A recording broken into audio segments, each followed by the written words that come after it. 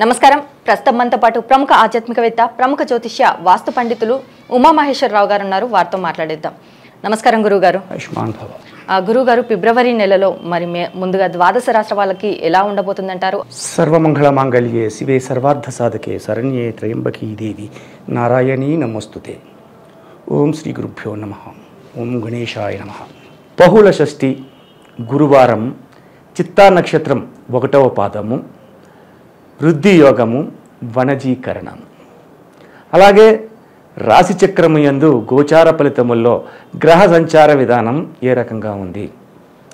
మేషరాశి యందు గురువు ఉన్నాడు, కన్యారాశి యందు చంద్ర కేతువులు ఉన్నారు, ధనస్సు రాశి యందు బుధ కుజ శుక్రగ్రహములు ఉన్నాయి. అలాగే మకర రాశి యందు రవి సంచారం జరుగుతుంది, కుంభరాశి యందు స్వస్థానమైన శని సంచారం జరుగుతుంది, మీనరాశి యందు రాహు సంచారము జరుగుతుంది. దీనిని అనుసరించి గోచార ఫలితములను బట్టి ఈ యొక్క ద్వాదశ రాశుల వారికి రాశి ఫలితములు ఈ విధముగా ఉన్నాయి. అలాగే ముందుగా చూసుకున్నట్టయితే మేషరాశి వారికి ఎలా ఉండబోతుంది అంటారు? ఈ యొక్క ఫిబ్రవరి నెలలో మేషరాశి వారి గురించి చెప్పుకునే ముందు బహుళ షష్ఠి గురువారం, అలాగే చిత్తా నక్షత్రం, ధృతి యోగము, వనజీకరణము, తిథివార నక్షత్రాల ఆధారంతో మనము గోచార ఫలితాన్ని ఈ రాశికి చెప్పుకోవాలి. అసలు గోచార ఫలితంలో గ్రహ సంపన్నతి ఏ రకంగా ఉన్నది అని చూస్తే మేషరాశి యందు గురుడున్నాడు, కన్యారాశి యందు కేతువు అలాగే చంద్రుడు ఉన్నాడు. తదుపరి ధనస్సు రాశి యందు ఉన్నవారు బుధ శుక్ర కుజులు, మకరములో రవి, కుంభములో శని, అలాగే మీనరాశి యందు రాహు. గ్రహయోగం ఈ రకంగా ఉంది. ఈ గ్రహయోగాల్ని అనుసరించి మేషరాశి వారి యొక్క జీవన విధానము, వారి ఆరోగ్య విధానము, అటులనే వారి వృత్తి వ్యాపారములు చేసే విధానములు ఏ రకంగా ఉంటుంది అనేది మనం తీసుకోవాలి. ముందుగా మేషరాశి వారికి ఈ గ్రహ సంచారాన్ని బట్టి చూస్తే ఈ యొక్క నెల అంతా కూడా శుభదాయకమైన ఫలితాలు పొందుతున్నారు. మంచి శుభదాయకమైన ఫలితాలు పొందుతున్నారు. ఎక్కడా కూడా నష్టము కష్టము అన్నది తెలియకుండా ప్రతిదీ కూడా ఆలోచించి తీసుకుంటారు. అసలు ఈ యొక్క మేషరాశికి ఆధిపత్యాన్ని వహించిన వారు కుజుడు భూమిపుత్రుడైన కోపదారి, మహాకోపం. ఈ కోపంలోని వల్ల అందులోని చిత్తా నక్షత్రంలోనే ఈ మేషరాశి ప్రారంభమైంది. ఇప్పుడు ఈ గోచారంలో చిత్తా నక్షత్రం అధిపతి కూడా కుజుడే. ఈ కుజతత్వం వల్ల కోపాలు ఎక్కువ ఉంటాయి వీళ్ళకే.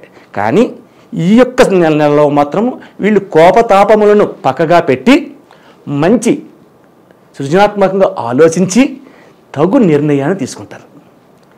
అటువంటి నిర్ణయాలు తీసుకునేటప్పుడు ఎప్పుడైతే మనిషి ఆలోచనతో మంచి నిర్ణయం తీసుకున్నాడో ఆ నిర్ణయం వల్ల శుభదాయకమైన ఫలితాలే పొందుతాడు, కానీ అశుభ ఫలితాలు పొందజాలరు. అటులనే ఈ మేషరాశి వారికి ముందుగా మనం చెప్పుకోవాల్సింది విద్యార్థుల గురించి చెప్పాలి. విద్యార్థుల గురించి చాలా ఎక్కువగా తీసుకోవాలి. ఎందుకంటే ఈ విద్యార్థులు చదివే దాని మీద కంటే ఎక్కువగా విలాసాల మీద ఫోకస్ పెడతారు. ఈ విలాసాల వలన అనేక రకమైన ఇబ్బందులకు గురవుతారు.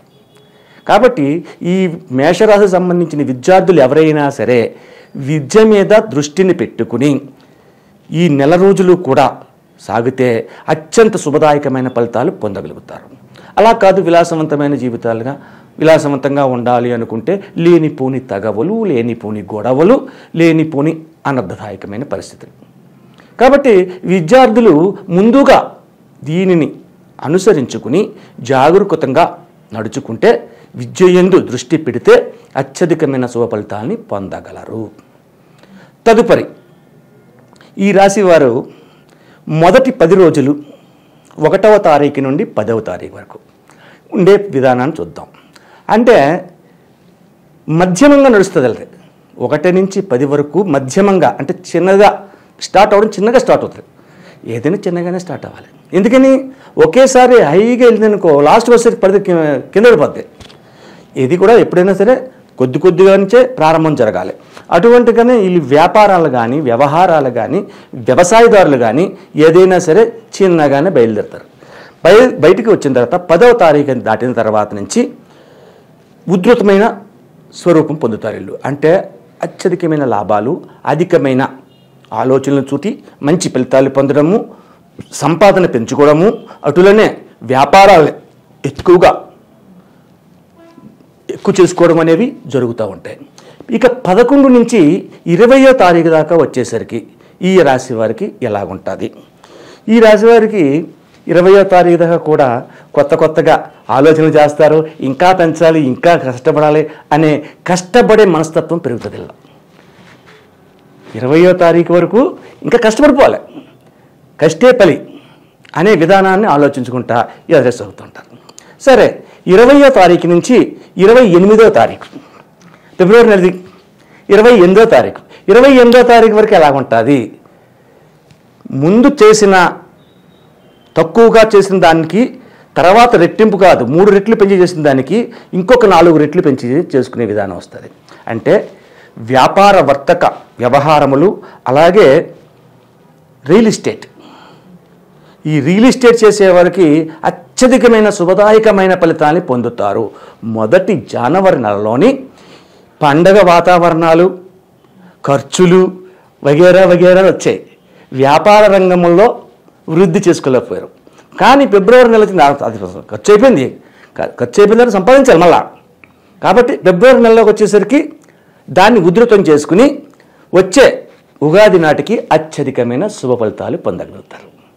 కాబట్టి మేషరాశి ఈ నెలలో శుభదాయకమైన ఫలితాలు మాత్రమే పొందుతున్నారు అన్నది జగమెరిగిన సత్యం. మరి అలాగే రాజకీయ నాయకులు ఉన్నారు, ఇటు కొత్త వ్యాపారాలు ప్రారంభించాలనుకునే వారు ఉన్నారు. మరి వారికి ఎలా ఉండబోతుంది అనేసి? రాజకీయ నాయకులు అంటే ఈ యొక్క నెలలో, ఫిబ్రవరి నెలలో ఆంధ్ర తెలంగాణ ఉభయ రాష్ట్రాలను తీసుకోవాలి. ఇప్పుడు జరిగేదంతా కూడా ఏదో ఒక సర్కస్ డ్రామా అన్నట్టుగానే జరుగుతుంటాయి. అంటే ప్రభుత్వాలు ఏర్పడి ఆంధ్ర రాష్ట్ర తెలంగాణ రాష్ట్రంలో ప్రభుత్వం ఏర్పడి ఎంతో కాలం లేదు, ఇంకా మంత్రి నిర్ణయాలు కూడా తీసుకోలేదు, ఎవరికైనా లేదు. నెక్స్ట్ ఆంధ్ర రాష్ట్రాన్ని తీసుకుంటే అక్కడ ఎలక్షనే జరగలేదు, ఇంకా ఎలక్షన్ రావాలి. కాబట్టి ఇటువంటి పరిస్థితుల్లో రాజకీయ నాయకుల పరిస్థితి ఎలా ఉంటుందంటే ఏమి అర్థం కాని స్థితిలో ఉంటారు. వాళ్ళ ఆలోచన విధానాలు ఏం అర్థం కాదు. నాకు ఈ పదవి వస్తుందో రాదో, నాకు టిక్కెట్ వస్తుందో రాదో, నన్ను మంత్రిని చేస్తాడో చేయడు ఈయన ఈ రేవంత్ రెడ్డి గారు అని చెప్పేసి గౌరవనీయులైన రేవంత్ రెడ్డి గారిని ఊరుకుంటూ ఉంటారు. అక్కడ గౌరవనీయులైన జగన్మోహన్ రెడ్డి గారిని ఆలోచిస్తుంటారు. వాళ్ళు తిడుతున్నారో పొగుడుతున్నారో తెలియని పరిస్థితిలో ఉంటారు. కాబట్టి ఏమి రాజకీయ నాయకులకి శుభదాయకం కాదు. ఏ రాష్ట్రంలో ఉన్న రాజకీయ నాయకులైనా వాళ్ళ యొక్క పదవులు ప్రమాణ స్వీకారం చేసేంతవరకు నమ్మకాలు లేవు. అటువంటి స్థితిలోనే ఉంది. కాబట్టి దాన్ని బట్టి మనం ఆలోచించుకోవాలి. ఒకవేళ వ్యాపారాలు ప్రారంభించాలి అనుకుంటే ఎలాంటి వ్యాపారాలు ప్రారంభించవచ్చు? ఈ యొక్క మేషరాశి వారు ఎక్కువగా చేయవలసింది రియల్ ఎస్టేట్ చేసుకోవాలి. భూమికి సంబంధించింది, ధరణీ గర్భ సంభూతుడు కుజుడు. కాబట్టి భూమికి సంబంధించిన వ్యాపారాలు చేస్తున్న, కన్స్ట్రక్షన్స్ ఎత్తుగా బిల్డింగ్లు కట్టిన, అటువంటి చేసిన చాలా శుభదాయకమైన పరిస్థితులు ఉంటాయి. అలాగే ఈ యొక్క వారు బంగారము వెండి వ్యాపారములలో కూడా లాభదాయకమైన పరిస్థితులు పొందగలుగుతారు. వజ్రములు, ముత్యములు, పగడములు అంటే జాతి రత్నములు వ్యాపారము యందు లాభదాయకమైన ఫలితాలు ఈ మేషరాశి వారు పొందగలుగుతున్నారు. ఇక కిరాణా జనరల్ స్టోర్స్ వారికి మధ్యమ ఫలితంగా ఉంటుంది. అంటే నష్ట ఫలితం కాదు, కానీ మధ్యమ ఫలితంగా ఉంటుంది, లాభదాయకమైన ఉంటుంది. అలాగే ఈ యొక్క వస్త్ర వ్యాపారం చేసే వాళ్ళకి కూడా మంచి శుభదాయకమైన ఫలితాలే పొందుతూ ఉంటారు. ఇక అలాగా మామూలుగా చేతి వృత్తులు చేసేవాళ్ళు ఉంటారు, కొన్ని వృత్తులు ఉన్నాయి. ఆ వృత్తులు చేసేవారికి కూడా కొంచెం మంచి ఫలితాన్ని పొందడానికి అవకాశం ఉంటుంది. కష్టపడి మనస్తత్వాన్ని ఈ యొక్క మేషరాశికి అందింది కాబట్టి. మరి అలాగే వివాహ ప్రయత్నాలు చేసేవారు కావచ్చు, సంతానం కోసం ప్రయత్నించేవారు కావచ్చు, ఎలా? ఫిబ్రవరి నెలలో వివాహానికి 4-5 ముహూర్తాలే ఉన్నాయి, పెద్ద ముహూర్తాలు లేవు. ఆ తర్వాత మళ్ళీ కొన్ని ఇబ్బందికరమైన స్థితులు కలుగుతూ ఉన్నాయి. దానివలన వివాహాల గురించి తొందరపాటు నిర్ణయం తీసుకోకూడదు. ఎవరైనా ఆడపిల్లకి వివాహం చేస్తున్నా, మగపిల్లవాడికి వివాహం చేద్దామనుకున్నా ఏదైనా సరే తొందరపాటు నిర్ణయం తీసుకోకూడదు. ఆలోచించాలి. ఆలోచించిన తర్వాత నిర్ణయం తీసుకోవాలి. కాబట్టి ఈ ఫిబ్రవరి నెల కంటే ఉగాది వెళ్ళిన తర్వాత, శ్రీరామనవమి వెళ్ళిన తర్వాత వచ్చే ముహూర్త కాలములు చాలా శుభదాయకమైన ముహూర్త కాలాలు ఉన్నాయి వివాహానికి. అది ఇక భార్యాభర్తల విషయం అంటారా, భార్యాభర్తల విషయంలో కూడా తొందరపాటు నిర్ణయాలు ఏమీ ఉండవు. సమతుల్యంగా ఆలోచిస్తున్నారు. ఆలోచించి ఒకరికొకరు సహాయ సహకారాలు అందించుకుంటూ ఎదురికి సాగుతున్నారు. వీరి ఆరోగ్య పరిస్థితి ఎలా ఉంటుంది? ఆరోగ్య పరిస్థితిగా చెప్పాలంటే మొన్న జాన్యువరి నెల వచ్చింది, అందరూ సుఖ సంతోషాలతోనే ఆరోగ్యంగానే ఉన్నారు. ఈ యొక్క నెల వచ్చినంత మాత్రాన అనారోగ్యానికి గురి కావలసినంత అవసరం లేదు. కానీ ఒక 70-60 సంవత్సరాలు 70 సంవత్సరాల వయసు వచ్చిన వాళ్ళు ఆరోగ్య విషయంలో తగు జాగ్రత్తలు తీసుకోవాలి.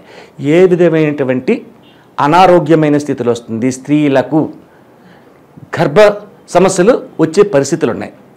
కాబట్టి అత్యంత జాగ్రత్తగా ఆ వయసు వారు తీసుకోవాలి. వయసులో ఉన్నవారు తీసుకోవాల్సిన అవసరం లేదు, వాళ్ళకి బాగానే ఉంది. ఎక్కడ అనారోగ్యానికి గురవుతారని కానీ ఇంకోటి జరుగుతుందని కానీ భయపడవలసిన అవసరం లేదు. మరి అలాగే వీరు చేసుకోవాల్సిన పరిహారాలు ఏంటంటారు? ఈ యొక్క నెల ఫిబ్రవరి నెలంతా కూడా వీళ్ళు లక్ష్మీ నరసింహస్వామి ఆరాధన చేయాలి. లక్ష్మీ నరసింహస్వామి ఆరాధన చేసినందువల్ల ధన కనక వస్తు వాహనములు సమకూరే విధంగా ఉంటుంది. లక్ష్మీ నరసింహస్వామి ఆలయంలో ఉన్నాయి, లేకుండా లేదు, ఎక్కడ పడితే అక్కడ ఉంటాయి. యాదగిరి మనకి యాదగిరిలోని లక్ష్మీ నరసింహస్వామి ఆలయం ఉంది. చాలా మంచి విధానం అక్కడ జరుగుతూ ఉంటుంది. కాబట్టి అక్కడ ఆలయానికి వెళ్ళి పూజా కార్యక్రమాలను నిర్వర్తించుకోవాలి. నిర్వర్తించుకునేటప్పుడు వీలైతే లక్ష్మీ నరసింహస్వామికి కళ్యాణాన్ని చేపించండి. ఒక కళ్యాణాన్ని చేపించినందువల్ల అన్ని రకాలైనటువంటి బాధలు తొలగి యోగదాయకమైన స్థితి వస్తారు. అలాగే యాదగిరి గుట్ట వెళ్ళగలని పరిస్థితి ఉన్నవాళ్ళు ఉంటారు. యాదగిరి గుట్ట వెళ్ళలేరు.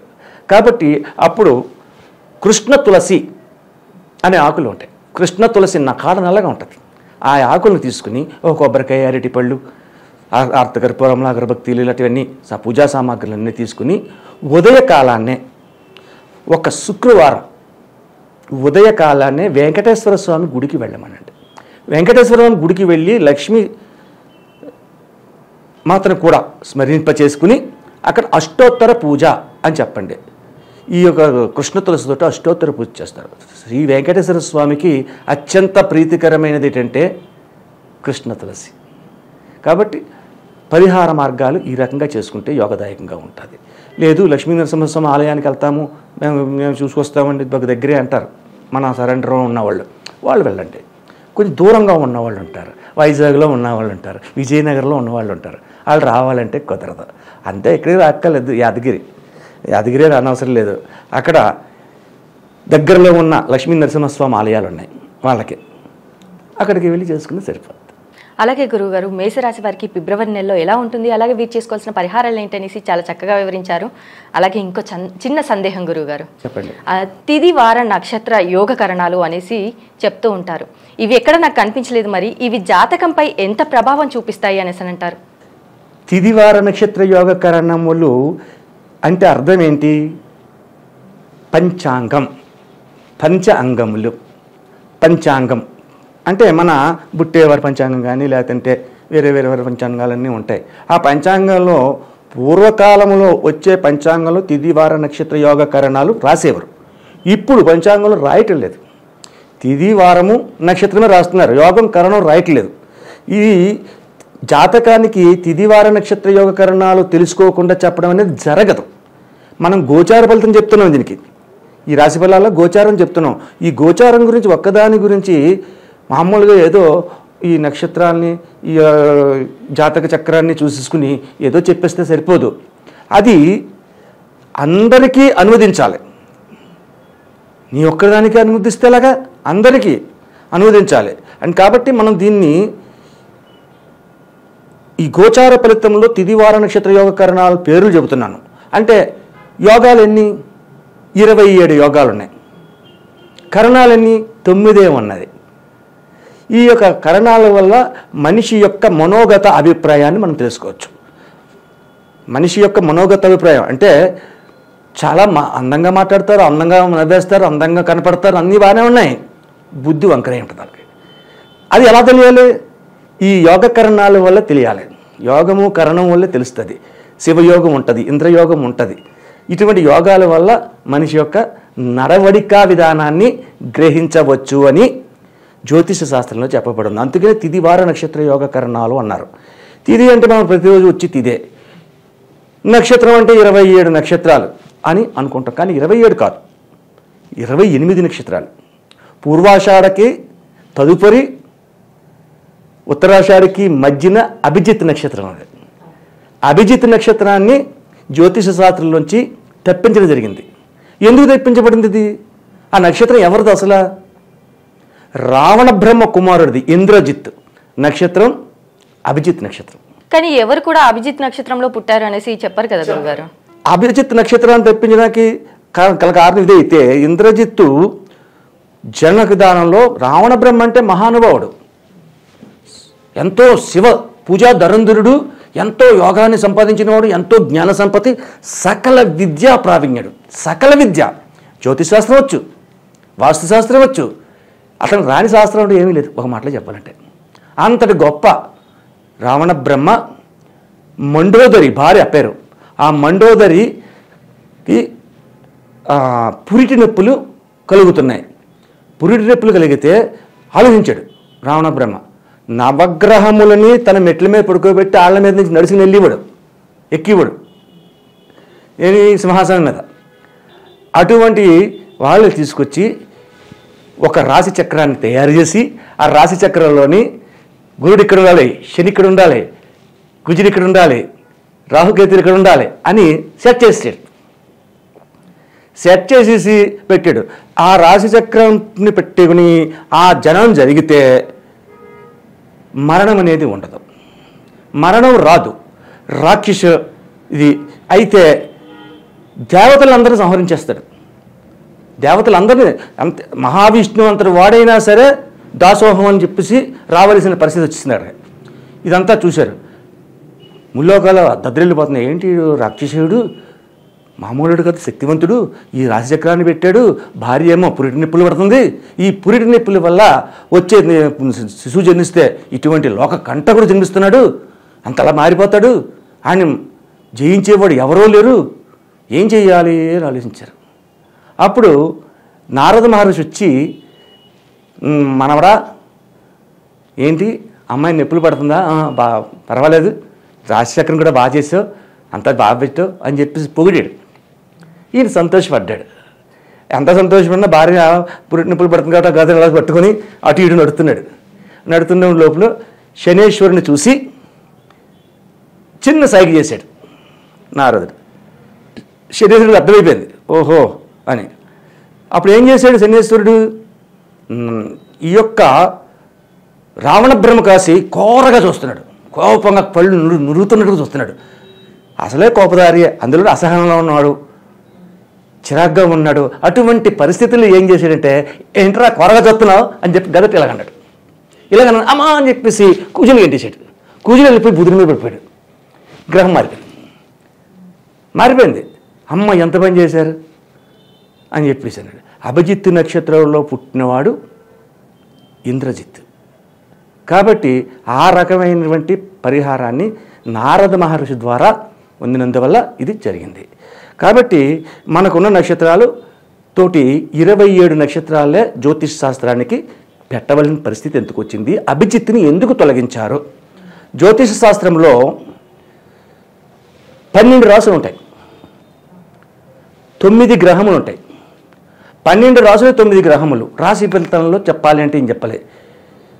అశ్వని భరణి కృత్తికా పాదో.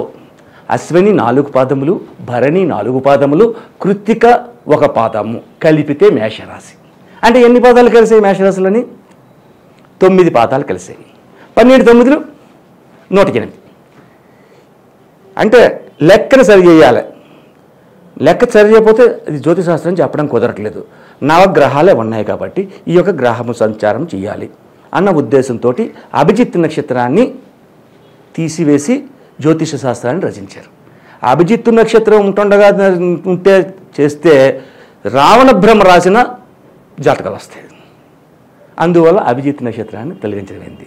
ఇక ఈ తిథివార నక్షత్ర యోగాల గురించి మనం చెప్పుకున్న తర్వాత మంచి యోగం ఏంటి, చెడ్డ యోగం ఏంటి, అలాగే కరణములో మంచి కరణం ఏంటి, యోగములో కరణములో చెడ్డ కరణం ఏమిటి అనేది ఉంది. కింస్తుగ్న కరణం.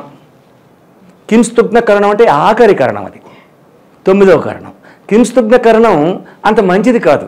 ఈ కింస్తుగ్న కరణంలో జన్మించిన వాళ్ళు ఉంటే ఏమవుతుందంటే వాడికి ఆలోచన విధానాలన్నీ కూడా వ్యతిరేకంగా ఉంటాయి.